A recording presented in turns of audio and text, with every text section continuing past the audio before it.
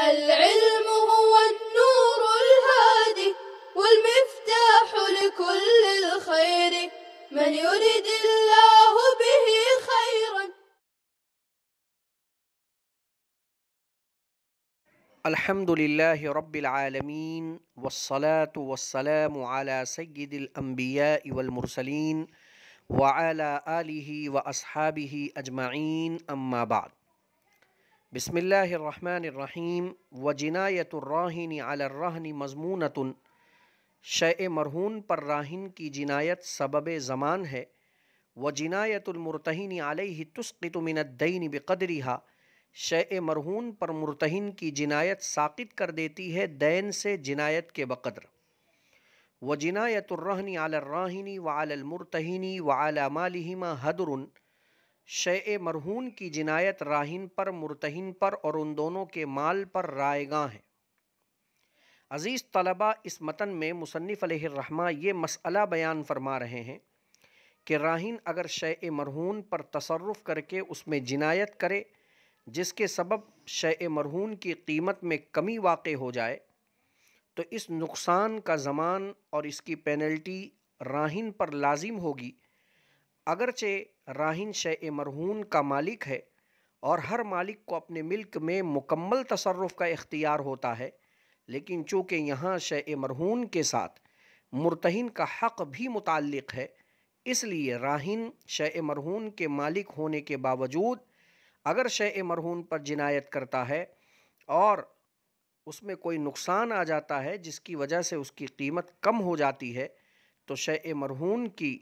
قیمت میں جتنی کمی واقع ہوئی ہے اتنا پیسہ وہ مرتہن کو دے گا تاکہ وہ دین ادا ہونے تک اس کو رہن کے ساتھ اپنے پاس محفوظ رکھے. اسی طرح اگر شیء مرہون پر مرتہن جنایت کرتا ہے تو یہ بھی معاف نہیں ہے، یہاں بھی تاوان اور ضمان پینلٹی لازم ہوگا، اور وہ اس طریقے سے کہ شیء مرہون میں جتنا نقصان ہوا ہے اس نقصان کے بقدر مرتہن کے قرض میں سے، اس کے دین میں سے ساقط ہو جائے گا. مثلا شیء مرہون کی قیمت 1000 روپیہ ہے اور مرتہن کے اس پر جنایت کرنے کی وجہ سے 500 روپے کا اس میں نقصان واقع ہوا ہے اور قرض کی مقدار 5000 روپیہ ہے، تو یہ 500 روپیہ 5000 روپے میں سے ساقط ہو جائے گا اور اب قرض کی مقدار بجائے 5000 کے 4500 روپیہ ہی ہوگی. اسی طرح اگر شیء مرہون غلام ہو اور یہ غلام راہن یا مرتہن کے مال پر کوئی جنایت کر کے نقصان پہنچا دے تو یہ رائے گاں ہے، معاف ہے، حدر ہے. کیونکہ اگر راہن اپنے مال پر جنایت کے سبب ہونے والے نقصان کو حاصل کرنے کے لیے شیء مرہون کے طور پر رکھے ہوئے غلام کو بیچ کر اگر اس نقصان کو پورا کرنا چاہے گا تو یہ اپنے ہی مال کو بیچنا لازم آئے گا، اس لیے غلام کے اس نقصان کا کوئی اعتبار نہیں ہے. اسی طرح اگر مرتہن کا کوئی نقصان شیء مرہون کے طور پر رکھے ہوئے غلام نے اگر کر دیا تو چونکہ مرتہن پر لازم تھا کہ وہ اس کی نگہداشت کرتا، حفاظت کرتا، اس نے حفاظت نہیں کی، یہ مرتہن کی غلطی ہے، اس وجہ سے مرتہن کے مال پر شیء مرہون کے طور پر رکھے ہوئے غلام کی جنایت بھی حدر، رائے گاں، معاف ہے. وَأُجْرَةُ الْبَيْتِ الَّذِي يُحْفَظُ فِيهِ الرَّهْنُ عَلَى الْمُرْتَهِنِ، اس گھر کی اجرت جس میں شیء مرہون کی حفاظت کی جائے گی مرتہن پر لازم ہوگی. چونکہ مرتہن کے ذمے شیء مرہون کی حفاظت لازم ہے، لہٰذا اسباب حفاظت کے جو بھی اخراجات ہوں گے وہ مرتہن کے ذمے لازم ہوں گے. لہٰذا اگر ایسے گھر کے اندر رکھ کر شیء مرہون کی حفاظت کرنے کی ضرورت پڑی جس کو کرائے پر لینا پڑے تو اس کے کرائے کی ادائیگی مرتہن پر لازم ہوگی. وَأُجْرَةُ الرَّاعِي عَلَى الرَّاهِنِ، چرواہے کی اجرت راہن پر لازم ہوگی. وَنَفَقَةُ الرَّهْنِ عَلَى الرَّاهِنِ، شیء مرہون کا خرچہ راہن پر لازم ہوگا. اس متن میں مصنف علیہ الرحمہ یہ بیان فرما رہے ہیں کہ شیء مرہون کا جو بھی ذاتی خرچہ ہوگا، چاہے وہ چرواہے کی اجرت کے تعلق سے ہو یا اس کے چارے پانی کے اعتبار سے ہو، یہ سب کا سب راہن اٹھائے گا، راہن پر ہی لازم ہوگا۔ یہاں ایک اصول سن لیں، ہر وہ امر جس سے شیء مرہون باقی رہے اور اس میں اضافہ ہو، اس کی اجرت راہن پر لازم ہوگی۔ مثلا اگر شیء مرہون کے طور پر کوئی جانور گروی رکھا تو اب اس جانور کے بقا کے لیے چارہ پانی غذا کی ضرورت ہوگی، اس کے چرانے کی ضرورت ہوگی، لہٰذا اس کے بقا اور اضافے کے لیے جو بھی چیز لازمی ہوگی ان ساری چیزوں کے اخراجات راہن پر لازم ہوں گے۔ اس لیے چرواہے کی اجرت اور شیء مرہون پر آنے والے خرچ کی جو بھی قیمت ہوگی وہ راہن ادا کرے گا۔ وَنُمَاؤُهُ لِلرَّاهِنِ فَيَكُونُ النُّمَاءُ رَهْنًا مَعَ الْأَصْلِ، اور شیء مرہون کی بڑھوتری راہن کے لیے ہوگی اور یہ بڑھوتری رہن ہوگی اصل کے ساتھ، یعنی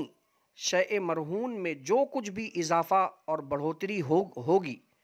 وہ راہن کی ہوگی، کیونکہ راہن ہی کے خرچ سے اس میں اضافہ ہوا، راہن ہی کے مال سے اس میں زیادتی ہوئی ہے، اور جس کے مال سے زیادتی ہوئی ہے یہ زیادتی بھی اسی کی ہوگی۔ لہٰذا شیء مرہون کے طور پر بکری رکھا تھا اور اس نے بچہ جن دیا، تو اب یہ بچہ نما اور اضافہ ہوگا اور یہ اضافہ راہن ہی کا سمجھا جائے گا، البتہ راہن اسے لے نہیں سکتا بلکہ وہ بچہ اصل یعنی بکری کے ساتھ میں گروی کے طور پر مانا جائے گا۔ اب آگے دو صورتیں ہیں جس کو مصنف علیہ الرحمہ دو الگ الگ متن میں بیان فرما رہے ہیں۔ فَإِنْ هَلَكَ النُّمَاءُ هَلَكَ بِغَيْرِ شَيْءٍ، پس اگر بڑھوتری ہلاک ہو جائے تو وہ بغیر کسی شے کے عوض ہلاک ہوگی۔ مثلا بکری گروی رکھی، 1 مہینے کے بعد بکری نے بچہ جن دیا، تو بکری تو اصل شیء مرہون ہے اور بچہ یہ اس کے تابع ہے، اور اس بچے کے ہلاکت پر مرتہن پر کوئی چیز لازم نہیں ہوگی، کیونکہ آپ نے قاعدہ سن رکھا ہے التابع تابع لا یفرد بالحکم، جو شے تابع ہوتی ہے وہ تابع ہی بن کر رہتی ہے، اس کا الگ سے مستقل کوئی حکم نہیں لگایا جاتا، جیسا کہ اس کی نظیر آپ نے کتاب البیوع کے شروع میں پڑھ لی ہے کہ گھر بیچا تو دروازہ گھر میں داخل ہو جائے گا، اس کی الگ سے کوئی قیمت نہیں لگے گی، کیونکہ دروازہ دار کے تابع ہے، اور جب گھر بک گیا تو گویا دروازے کا پیسہ بھی ادا ہو گیا۔ ایسے ہی یہاں اصل شیء مرہون بکری ہے اور وہ اب بھی محفوظ ہے، باقی ہے، زندہ ہے۔ یہاں جو چیز ہلاک ہو رہی ہے وہ بکری کا بچہ ہے اور وہ تابع ہے، اور تابع کے ہلاکت کی صورت میں کوئی شے لازم نہیں ہوگی۔ مسئلے کی دوسری صورت ہے وَإِنْ هَلَكَ الْأَصْلُ، اور اگر اصل یعنی بکری ہی ہلاک ہو گئی، وَبَقِيَ النُّمَاءُ، اور بکری کا بچہ باقی رہا، بڑھوتری باقی رہی، افتکہ الراہن بحصتہ، تو راہن اس کو چھڑائے گا اس کے حصے کی قیمت ادا کر کے۔ وَيُقَسَّمُ الدَّيْنُ عَلَى قِيمَةِ الرَّهْنِ يَوْمَ الْقَبْضِ، اور قرض کو تقسیم کیا جائے گا قبضے کے دن شیء مرہون کی قیمت پر، وَعَلَى قِيمَةِ النُّمَاءِ يَوْمَ الْفِكَاكِ، اور چھڑائے جانے کے دن کے بڑھوتری کی قیمت پر۔ فَمَا أَصَابَ الْأَصْلَ، جو کچھ اصل کے مقابلے میں آئے گا، سقط من الدین بقدرہ، وہ دین سے اسی کے بقدر ساقط ہو جائے گا۔ وما اصاب النماء، اور جو کچھ بڑھوتری کے مقابلے میں آئے گا، افتکہ الراہن بہ، راہن اس کو ادا کر کے چھڑائے گا۔ عزیز طلبہ، اس متن میں مصنف علیہ الرحمہ مسئلہ یہ بیان فرما رہے ہیں کہ اگر بڑھوتری علی حالہ باقی ہو اور اصل ہلاک ہو جائے، گروی رکھا تھا بکری کو، بکری ہلاک ہو گئی، لیکن بکری نے جو بچہ جنا تھا، جو اضافہ تھا، بڑھوتری تھی، وہ علی حالہ باقی ہے۔ تو یہاں یہ سمجھ لیں کہ اب یہ بکری کا بچہ جو اضافہ تھا اور یہ تابع کی حیثیت سے یہ اضافہ تھا، اب یہاں اصل کے ہلاک ہو جانے کی صورت میں یہ اصل کی حیثیت اختیار کر لے گا، اور تابع جب اصل ہو جائے تو چونکہ اس کے مقابلے میں قیمت آتی ہے، اس لیے یہاں مصنف علیہ الرحمہ متن میں مسئلہ ذکر کر رہے ہیں کہ اصل اور بڑھوتری دونوں کو رہن مانا جائے گا اور راہن بڑھوتری کو اس کے حصے کی قیمت ادا کر کے چھڑائے گا۔ اب مسئلہ یہ ہوگا کہ جو کچھ بھی قرض ہے اس کو شیء مرہون پر تقسیم کیا جائے گا، اور شیء مرہون کی وہ قیمت یہاں پکڑی جائے گی جس دن شیء مرہون پر مرتہن نے قبضہ کیا تھا، اس دن شیء مرہون کی جو قیمت تھی وہی یہاں بحیثیت حکم مانی جائے گی، اور بکری کی قیمت وہ یہاں مانی جائے گی جس دن راہن قیمت ادا کر کے اس بکری کو چھڑا رہا ہے، اس لیے کہ بکری کا بچہ یہ روز بروز بڑھ رہا ہے اور اس کے بڑھنے کی وجہ سے اس کی قیمت میں روزانہ اضافہ ہو رہا ہے، اس لیے چھڑائے جانے کے دن اس کی جو قیمت ہوگی وہی یہاں مانی جائے گی۔ اب یہ دیکھا جائے گا کہ جو کچھ بھی قیمت اصل کے مقابلے میں آوے، چونکہ یہاں اصل بکری ہلاک ہو چکی ہے لہٰذا دین سے اسی کے بقدر ساقط ہو جائے گا، اور جو کچھ قیمت بڑھوتری کے مقابلے میں آوے راہن اس کو ادا کر کے اس اضافے اور بڑھوتری یعنی بکری کے بچے کو چھڑا لے گا۔ اس کو صورت مسئلہ سے اس طرح سمجھے کہ مثلاً قرضہ 1200 روپیہ تھا اور جو بکری اس نے گروی رکھی وہ 2000 روپے کی تھی، بکری نے بچہ جن دیا اور چھڑائے جانے کے دن اس بکری کے بچے کی قیمت 1000 روپیہ ہو گئی، اور میں بتا چکا ہوں کہ اب یہاں بکری کا بچہ تابع نہیں ہے بلکہ اصل ہے، لہٰذا تابع اور اصل دونوں کی مجموعی قیمت 3000 روپے ہوئی، اس لیے کہ جس دن مرتہن نے بکری پر قبضہ کیا تھا اس دن اصل شیء مرہون بکری کی قیمت 2000 تھی، اور جس دن راہن بکری کے بچے کو چھڑا رہا ہے اس دن بکری کے بچے کی قیمت 1000 ہے، تو 1000 اور 2000 مجموعی اعتبار سے 3000 یہ شیء مرہون کی قیمت ہوئی۔ چونکہ یہاں اصل یعنی بکری ہلاک ہو چکی ہے اور اس کی قیمت 2000 ہے، سقط من الدین بقدری، لہٰذا دین سے اسی کے بقدر ساقط ہو جائے گی، یعنی گویا کہ 3000 میں سے 2000 کا ہلاک ہو جانا یہ قرض کے 2/3 کا ہلاک ہو جانا ہے،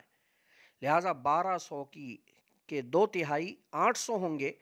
تو 800 روپیہ گویا قرض میں سے ہلاک ہو گیا، وما اصاب النماء، اور 1000 روپیہ بکری کے بچے کی قیمت ہے، یہ قرض کے 1/3 ہے، لہٰذا قرض کی 1/3 یہاں گویا کہ یہ بکری کے بچے کی قیمت 1000 ہے اور یہ 1000 روپیہ شیء مرہون کی 1/3 ہے، لہٰذا قرض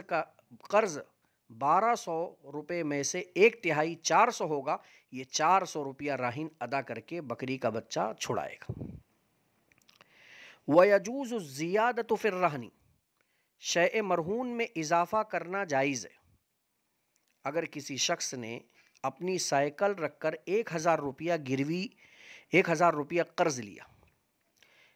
ایک آدھ ہفتے کے بعد وہ جا کر اپنی گھڑی بھی گروی رکھ دے تو گروی کے اندر اضافہ یہ جائز ہے، کیونکہ شیء مرہون کے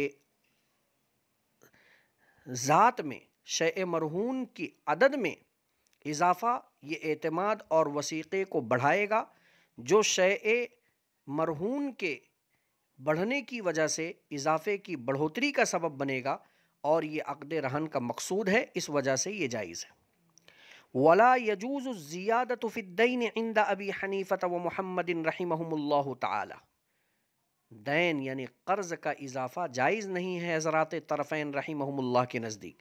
وَلَا يَسِيرُ الرَّهْنُ رَهْنًا بِهِمَا، اور گروی بطور رہن کے نہیں ہوگی ان دونوں قرضوں کے عوض۔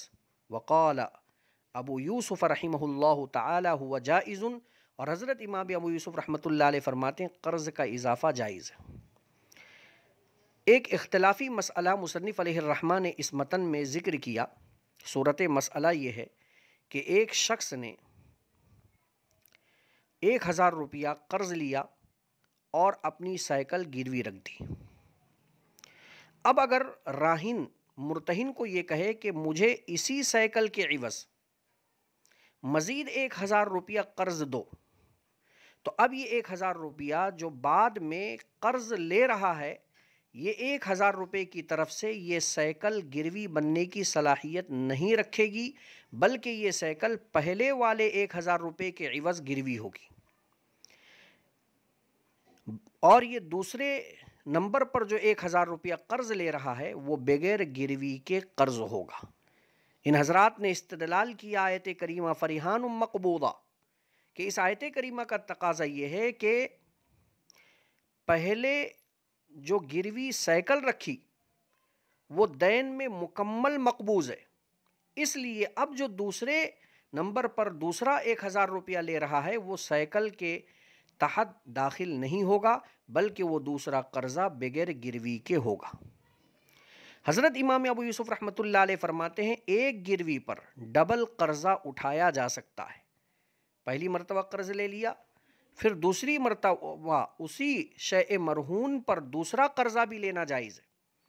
حضرت امام ابو یوسف رحمۃ اللہ علیہ نے بطور دلیل کے یہ پیش کیا کہ یہاں دین سمن کی طرح ہے اور شیء مرہون مبی کی طرح ہے، اور آپ نے اس سے پہلے مسئلہ پڑھ لیا ہے کہ سمن کے اندر بھی اضافہ جائز ہے اور مبی کے اندر بھی اضافہ جائز ہے۔ بائع اپنے مبی کا مالک ہے، وہ مبی میں بھی اضافہ کر سکتا ہے، مشتری اپنے سمن کا مالک ہے، لہٰذا وہ اپنے سمن میں بھی اضافہ کر سکتا ہے، اور جب دین سمن کی طرح ہے تو جیسے سمن میں اضافہ جائز ہے، ایسے یہاں پر ایک شیء مرہون پر